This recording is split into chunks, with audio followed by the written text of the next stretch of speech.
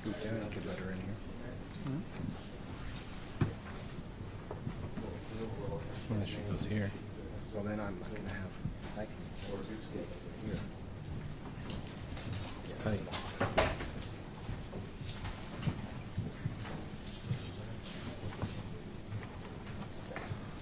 She's all good. Yeah.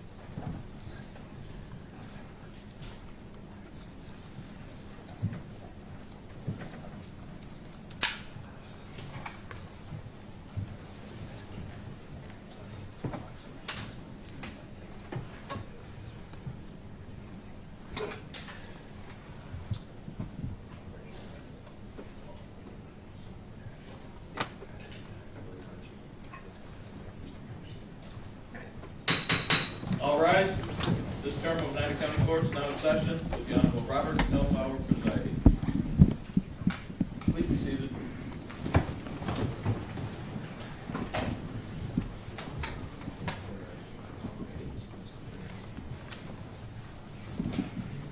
Christopher Walworth.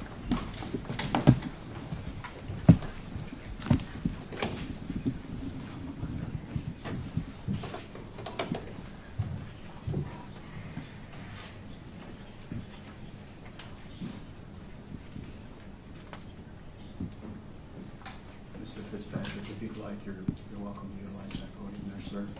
So we're getting used to the courtroom, Judge, sorry. Understood.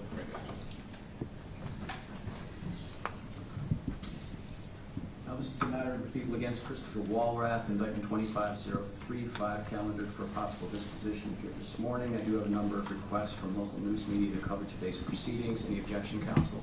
No objection, Judge. By you, Mr. Fitzpatrick. No, Your Honor. And the court will permit the same. As I said, the matter is calendared today. It's the court's understanding that the parties may now have arrived at an agreed-upon disposition.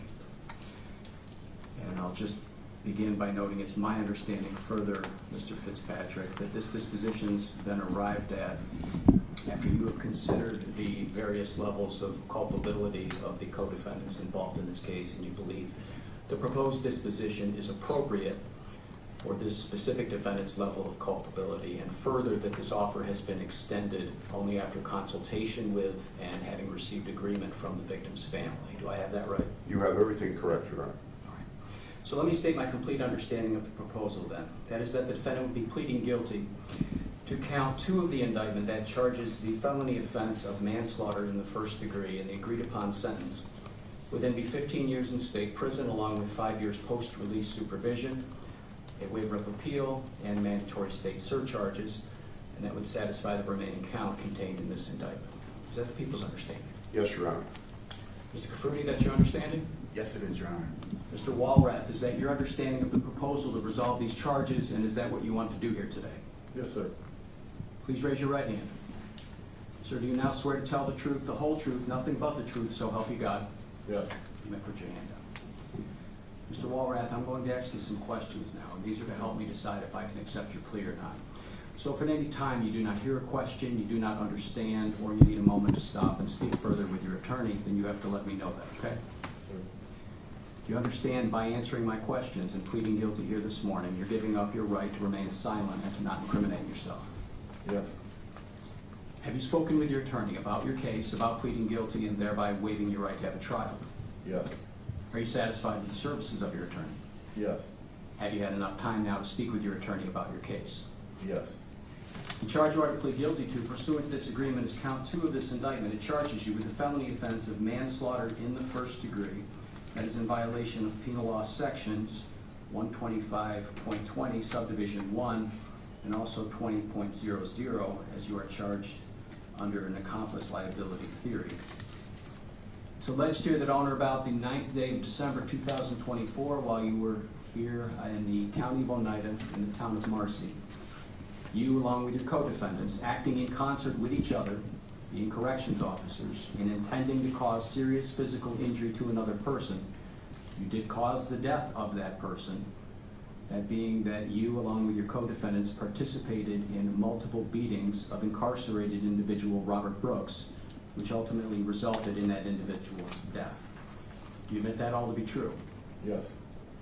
Mr. Fitzpatrick, did you want anything further for the elocution? A few series of questions with the court's permission. You may go right ahead. Mr. Walworth, you were assigned to work in the Arsenal area of Marcy Correctional Facility on December the 9th, 2024, is that correct?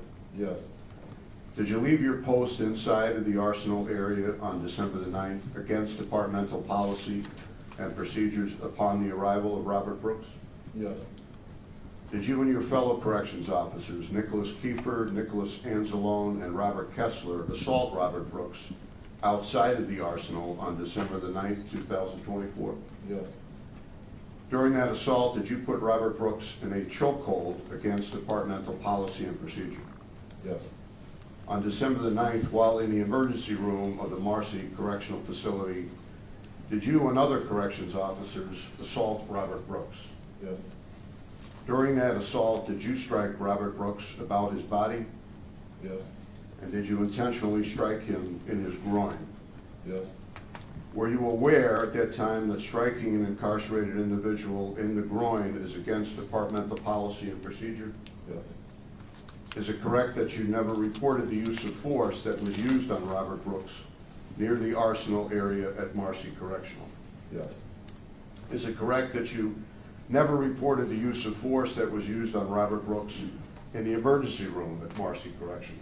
Yes. You were aware, sir, were you not, that you were required to report any and all uses of force on an incarcerated individual, whether justified or not? Yes.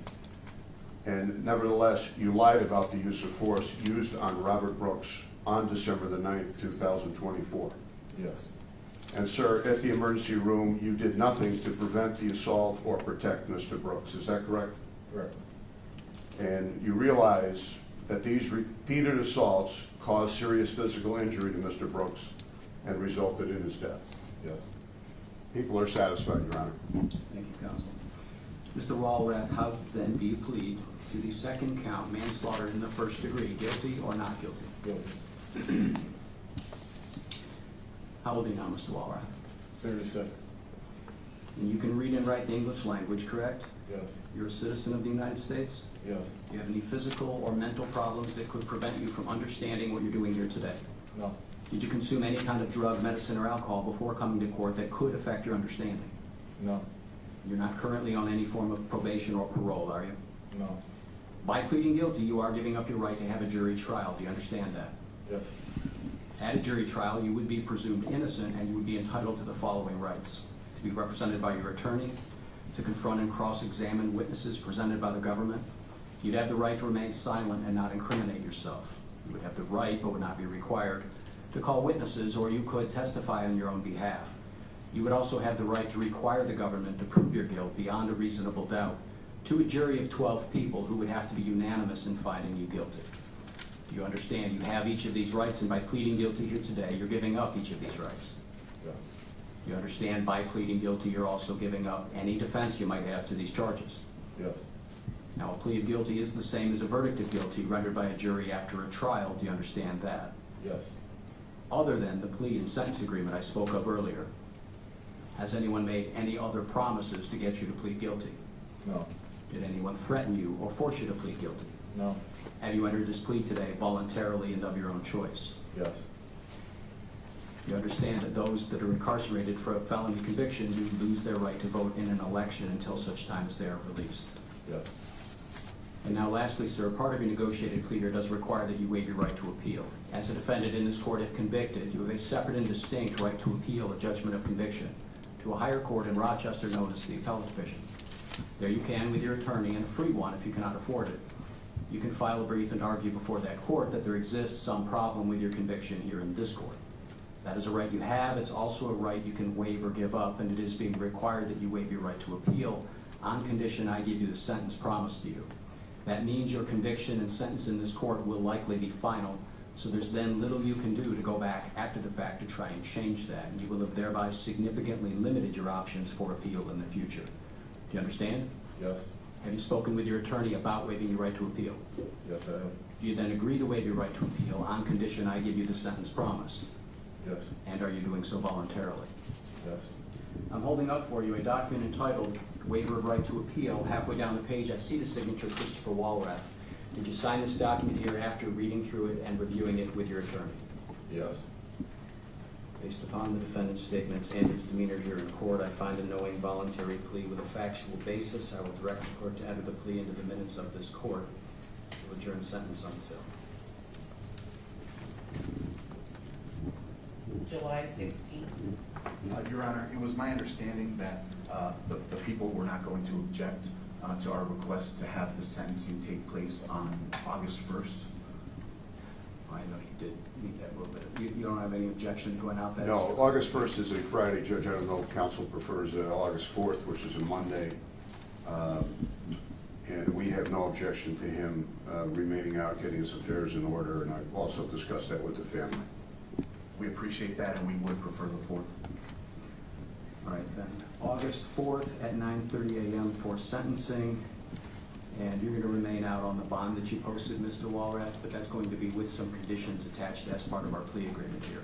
Condition 1 is you do have to meet and cooperate truthfully with the probation department as they prepare your pre-sentence investigation. Condition 2, you have to come back here to court on any date you're required to be here. As of right now, you know that's August 4th at 9:30 in the morning to be sentenced. The third condition is you must commit no offenses. There are to be no new arrests of any kind between now and the time of your sentencing. Do you understand each of those conditions? Yes. If you fail to abide by one or more of those conditions, I would not be bound by the sentence agreement. I would not permit you to withdraw your plea, and I would be authorized to sentence you to any term my law permits. You understand that? Yes.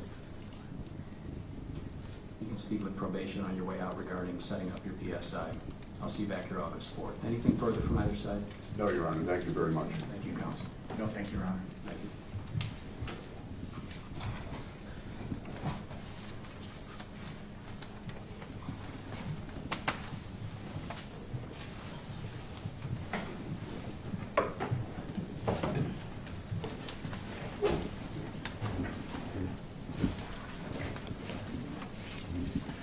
All right, if we'd like to take a short break, the media is welcome to vacate if you wish.